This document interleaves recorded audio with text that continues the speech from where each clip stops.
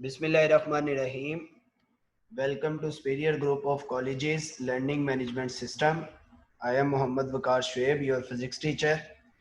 The chapter we are studying is chapter number 7, which is about oscillations. And the topic we are going to study is free and forced oscillations and resonance. सबसे पहले हम देखते हैं कि free and forced oscillations क्या होती हैं। तो फ्री ऑसिलेशंस ऐसी ऑसिलेशंस होती हैं जिनको अगर हम एक दफ़ा उसकी मीन पोजीशन से डिस्प्लेस करवा के एक्सट्रीम पे ले जाएं और एक्सट्रीम से जैसे ही हम उसको स्किप करते हैं और वो दोबारा अपनी मीन पोजीशन की तरफ आने के बाद ऑसिलेट करती है, तो उस ऑसिलेशन को हम नाम देते हैं फ्री ऑसिलेशंस का। यानी एक दफा उसको आप डिस्टर्ब करें मेन पोजीशन से और उसके बाद वो ऑसिलेट करती रहे, उसको हम कहते हैं फ्री ऑसिलेशंस। जबकि ऐसी ऑसिलेशंस जिनको हम हर दफा उसकी मीन पोजीशन से डिस्प्लेस करवाएं, उसको ऑसिलेट करवाएं, हर दफा उसको करवाएं, उन ऑसिलेशंस को हम नाम देते हैं फोर्स्ड ऑसिलेशंस का। तो देखिए बहुत क्लियर है, फ्री ऑसिलेशंस के लिए भी आपको ऑसिलेट करवाना पड़ेगा एक दफा, लेकिन जब आप एक दफा ऑसिलेट करवा देते हैं तो उसके बाद उसकी ऑसिलेशंस खुद ही कंटिन्यू करेंगी, उसको हम कहते हैं फ्री ऑसिलेशंस। वो उसकी नेचुरल फ्रीक्वेंसी होती है जिसके मुताबिक वो ऑसिलेट करता रहता है। लेकिन फोर्स्ड ऑसिलेशंस के अंदर आपको हर दफा उसको ऑसिलेट करवाना पड़ेगा, वो रैपिडली उसको मूव करवाना पड़ेगा उसकी मीन पोजीशन से, ताकि वो जो है ना वो मूव करता रहे मीन पोजीशन के लिए। ड्रिवन हार्मोनिक ऑसिलेटर क्या होता है? A physical system undergoing forced vibration is known as driven harmonic oscillator. तो जो फोर्स्ड वाइब्रेशन के अलोंग चलता है उसको हम ड्रिवन हार्मोनिक ऑसिलेटर का नाम देते हैं। अब आ जाता है बेटा जी रेजोनेंस। रेजोनेंस याद रखिएगा तब अचीव होती है जब अप्लाइड फ्रीक्वेंसी और नेचुरल फ्रीक्वेंसी दोनों इक्वल हो जाए। रेजोनेंस का कंसेप्ट है मैक्सिमम एनर्जी ट्रांसफर, और ये सिर्फ तब होती है जब दोनों नेचुरल और अप्लाइड दोनों इक्वल हो जाए। फॉर एग्जाम्पल, अगर आप हैमरिंग करते हैं किसी बॉल को, तो उस बॉल की अपनी एक नेचुरल फ्रीक्वेंसी है जो कि उसकी सीमेंट, मट्टी, इन चीजों से मिलकर बनी हुई है, नेचुरल फ्रीक्वेंसी। आप उसको हैमरिंग करते जाएं, आपकी क्योंकि अप्लाइड फ्रीक्वेंसी कम होगी, उसकी नेचुरल ज्यादा, तो वो नहीं टूटेगी। लेकिन एक वक्त आएगा कि आप उसको इतना ज्यादा हैमरिंग करते रहें कि एक वक्त आएगा कि उसकी नेचुरल जो है ना वो with the passage of time कम होती जाएगी, और जब आपकी अप्लाइड उसकी नेचुरल के इक्वल हो जाएगी, रेजोनेंस अचीव हो जाएगी, और जब रेजोनेंस अचीव हो जाएगी तो वो दीवार टूट जाएगी। तो रेजोनेंस तब अचीव होती है जब उसकी अप्लाइड और नेचुरल दोनों ही इक्वल हो जाए। कुछ एडवांटेजेस और डिसएडवांटेजेस गिवन है रेजोनेंस के। उनमें स्विंग जो है वो इसकी एक मैकेनिकल रेजोनेंस की बेस्ट एग्जांपल है। आपकी जब अप्लाइड उसकी नेचुरल के इक्वल हो जाएगी तो आप क्या कर सकते हैं, उस स्विंग को मूव करवा सकते हैं। तो ये जब दोनों इक्वल हो जाती हैं तो तब जो है ना वो रेगुलर पल्सेस के साथ आप उसको स्विंग को मूव करवा सकते हैं। इसके अलावा एक एग्जाम्पल गिवन है कि सोल्जर्स जो है वो जब भी कहीं से भी पास करते हैं तो उनको है कि वो मार्च पास करें ताकि लोगों को पता लगे कि ये जो है ना वो आर्मी में है, सोल्जर्स हैं, ताकि सिविलियंस और आर्मी के अंदर फर्क हो। तो ये यहाँ पे गिवन है। उसका ड्रॉबैक ये था कि वो आर्मी जो है ना वो एक फ्लाईओवर से गुजर रही थी, और जैसे ही उन्होंने अपना मार्च करना स्टार्ट किया तो उनकी जो अप्लाइड थी ना सबकी, आपको पता है एक ही दफा जो है ना वो सब पाँव जो है वो जमीन पर मारते हैं। तो जैसे ही उनकी अप्लाइड उस पुल की, उस फ्लाईओवर की नेचुरल के इक्वल होगी तो रेजोनेंस अचीव होगी, वो टूट गया। जिससे क्या हुआ कि वो सब लोग जो है ना वो आर्मी वाले उसके अंदर गिर गए, और जो है ना वो काफी ज्यादा डेथ भी हो गई थी इनके अंदर। तो रेजोनेंस के डिसएडवांटेजेस भी हैं कि आप अब उसके बाद उन्होंने अब लॉ बना चुके हुए हैं कि जब भी आप किसी फ्लाईओवर से पास करेंगे तो तब आपने मार्च पास नहीं करना, अदरवाइज आप कर सकते हैं।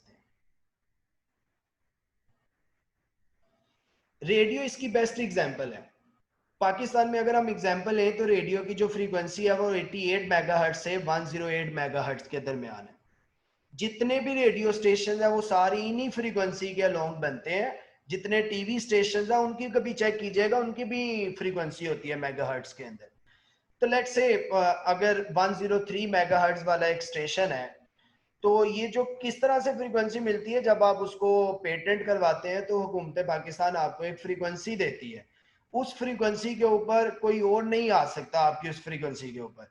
इसलिए आपका जो भी चैनल होगा आप उस फ्रीक्वेंसी पे भेजेंगे और आपके जितने भी जो है ना वो सुनने वाले हैं वो उसी फ्रीक्वेंसी से आपके चैनल को सुन सकते हैं।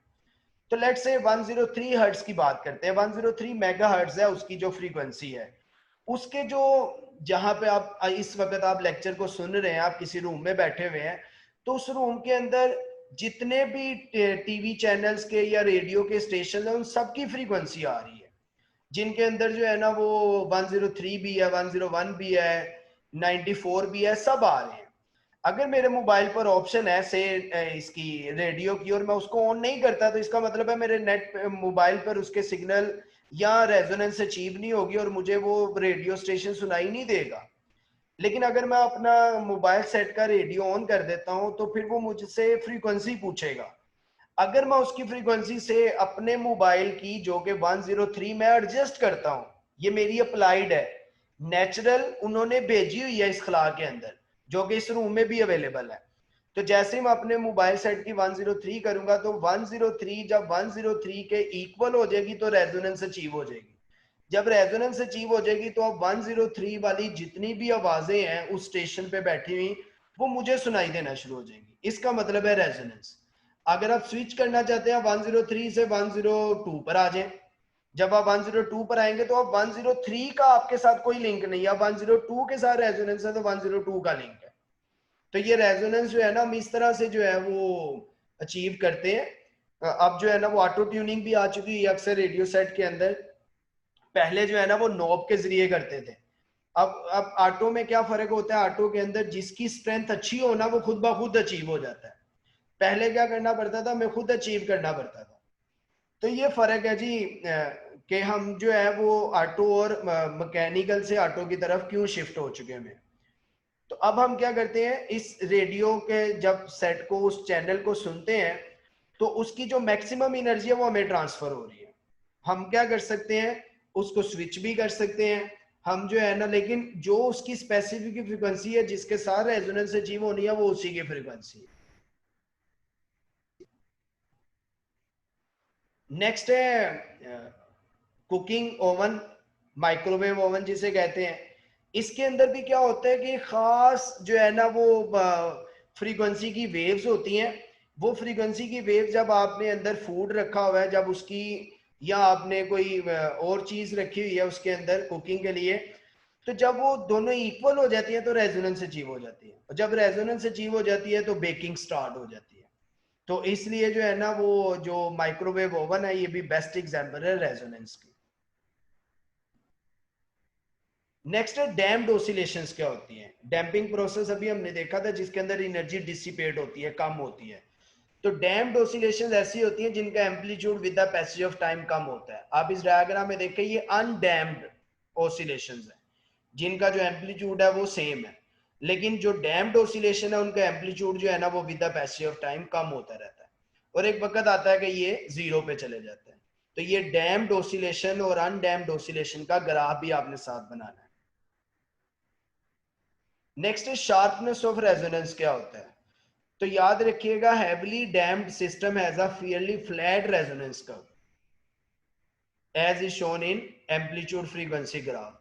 आप देख सकते हैं जिसकी ये शार्पनेस ज्यादा होगी ना उसकी डैम्पिंग स्मॉल है। लेट्स से अगर एक बाइसाइकिल की सीट के नीचे स्प्रिंग लगा हुआ है तो उसके पास कोई इतनी ज्यादा डैम्पिंग वाला सिस्टम नहीं है।